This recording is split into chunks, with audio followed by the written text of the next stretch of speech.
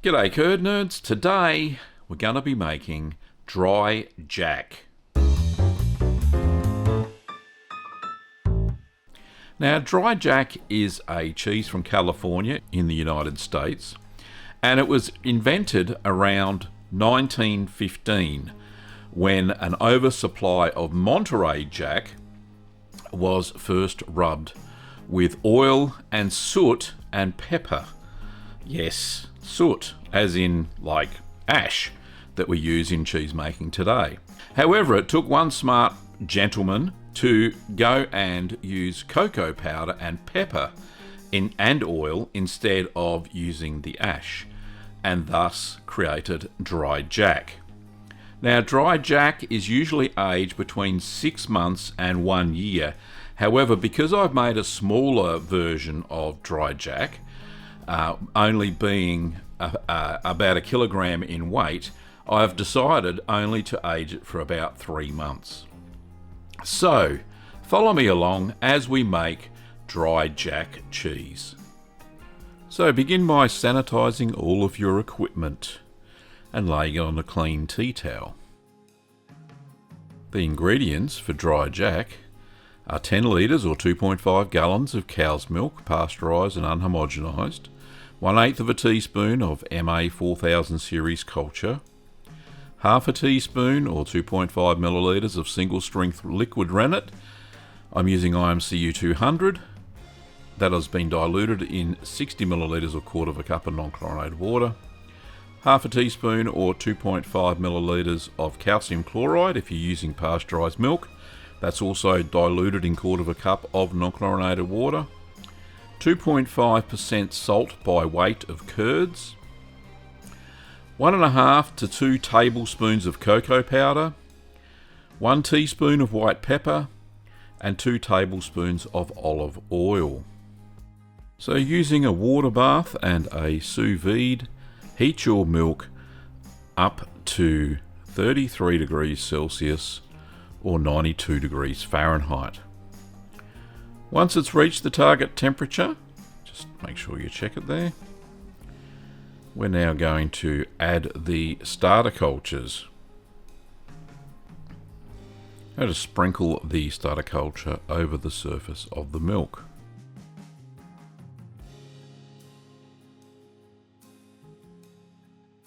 So cover the milk and allow it to rehydrate for 5 minutes.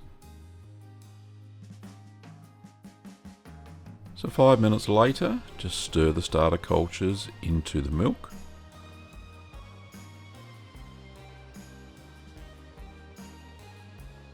Just do that for about a minute. Just cover again and allow the milk to ripen for 45 minutes.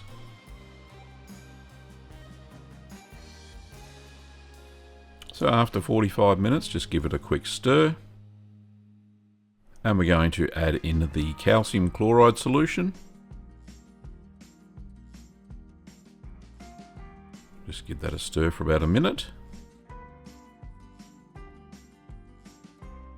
And then we're going to add the rennet solution. There we go, and stir for no more than 1 minute.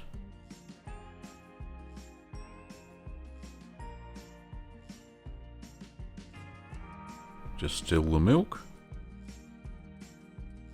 and cover, and then we're going to allow the milk to sit for 40 minutes. This is the coagulation time. So after 40 minutes, check for a clean break. Just use my knife, turn it 45 degrees, and there we go. Nice clean split. Lovely. Just using my curd harp to cut the curds into 1/2 inch or 1.25 centimetre cubes, just doing the horizontals there, and then using my curd knife to do the vertical cuts, giving us the right size cubes.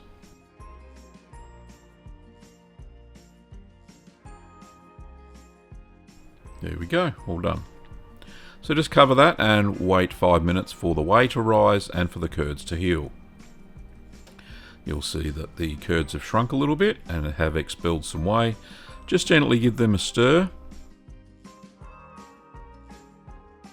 And if there are some pieces that are quite large, just use a whisk in an up and down motion and cut them just a little bit smaller. Don't overdo this or you'll get curds that are way too small.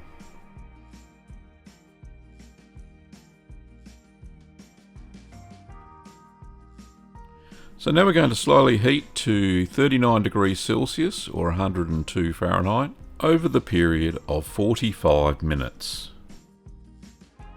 Now I found that it took my sous vide this long to heat the curds up to the new target temperature. And once it is heated, you'll see those shrunk down to about navy bean size. Then grab a handful of curds and gently squeeze. And if they form a ball and break easily apart with your thumb, they are cooked enough. Yep, they're holding together and they break easily apart. Perfect. So allow the curds to rest for 5 minutes where they'll sink to the bottom. So 5 minutes later. So now we're going to take a sieve and a ladle and remove the whey until just above the curd level. So you can keep this whey, and I'll be making a video very soon called 15 ways with whey, but I had enough and I didn't need it.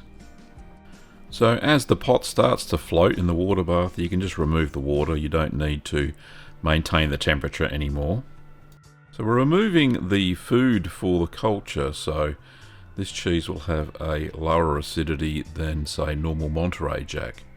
So stir the curds to just break up the curd mass before we add in cool water to bring the temperature of the curds down to 30 degrees Celsius or 86 degrees Fahrenheit. Now, the Melbourne water that I'm using is some of the best in the world. It is not hard, but if your tap water is hard or not safe to drink, then use filtered water or pure water. So not quite at the temperature yet, just add a little bit more and test. And do that until you've reached the new target temperature of 30 degrees Celsius.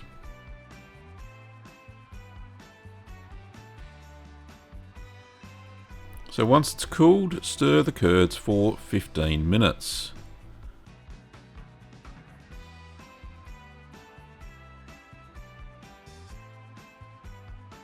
The curds will shrink a little bit more during this small stirring phase. So once the 15 minutes have elapsed, we're just going to cover those and we're going to allow the curds to rest and sink to the bottom for 5 minutes. So using your ladle and your sieve again, just remove the washing water or whey that's left down to the level of the curds again. This just makes it easier to drain the curds in the next step.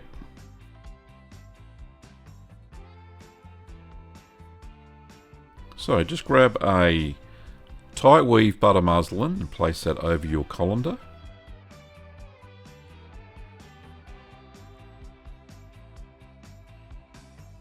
I'm just swapping places there.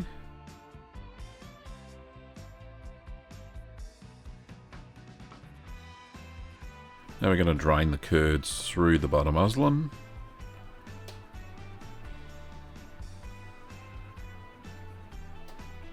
Just pour that all in there, getting little bits out of the pot. Now this drains fairly quickly.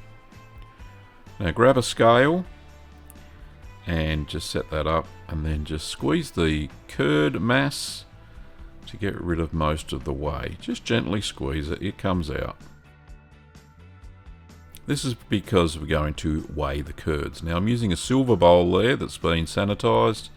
Just tip the curds into it and we're going to weigh them for salting. So my curds weighed 1,822 grams or 1.8 kilos, which equals about 4 pounds. So 2.5% of salt, is about 45 grams. So I've just weighed out the salt there, ready for the next step. So I'm going to put the curds back into the pot. Makes it easier to salt. Tip out any excess whey. I know that was part of the weight, but it's no big deal. Now mix in the salt through the curds. Just mix it through thoroughly. The curds may stick together a little bit. Break those up with your hands.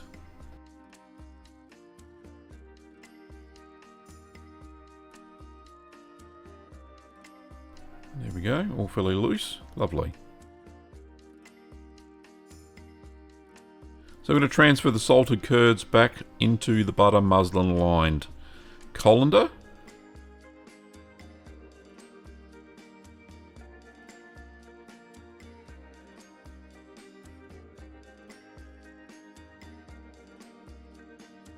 And now we're going to form a ball of curds and place it on a board.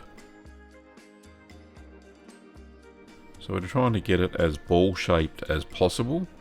Just twisting it a little bit there, just to get rid of some more whey. Make sure the knot is in the middle of the ball. Now we're going to tie the curd bag with some string or jute and cut off the excess. And now we're going to fan out the excess butter muslin over the cheese so that the knot is in the center of the cheese, not to one side. So we'll place a second board on top of the curd bag. And we're going to apply some weight to that now. Now using 4 kilogram, I'm using 4 litres of water on a pot, or 8 pounds 13 ounces. I'm going to press that for 2 hours.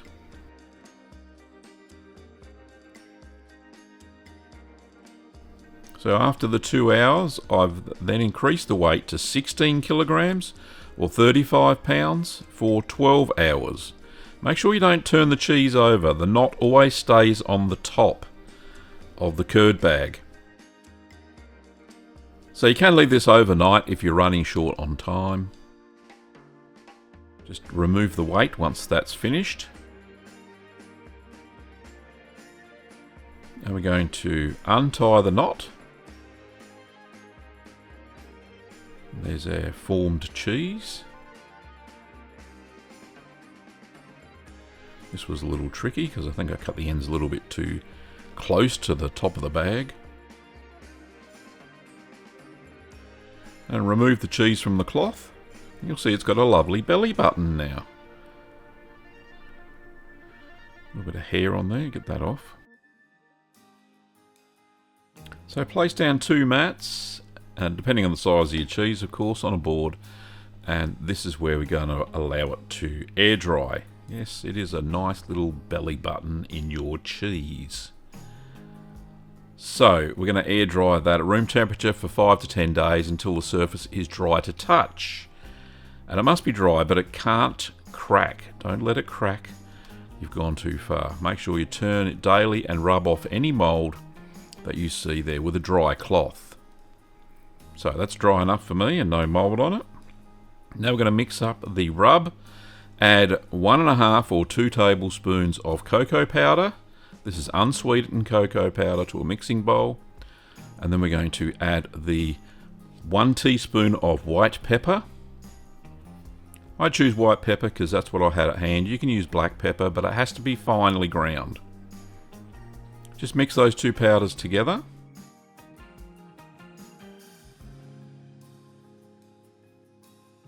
And we're going to now add the olive oil. Now I use 2 tablespoons. I probably could have got away with 1.5. And then mix that well together because it was a bit runny. And you'll see that in a second.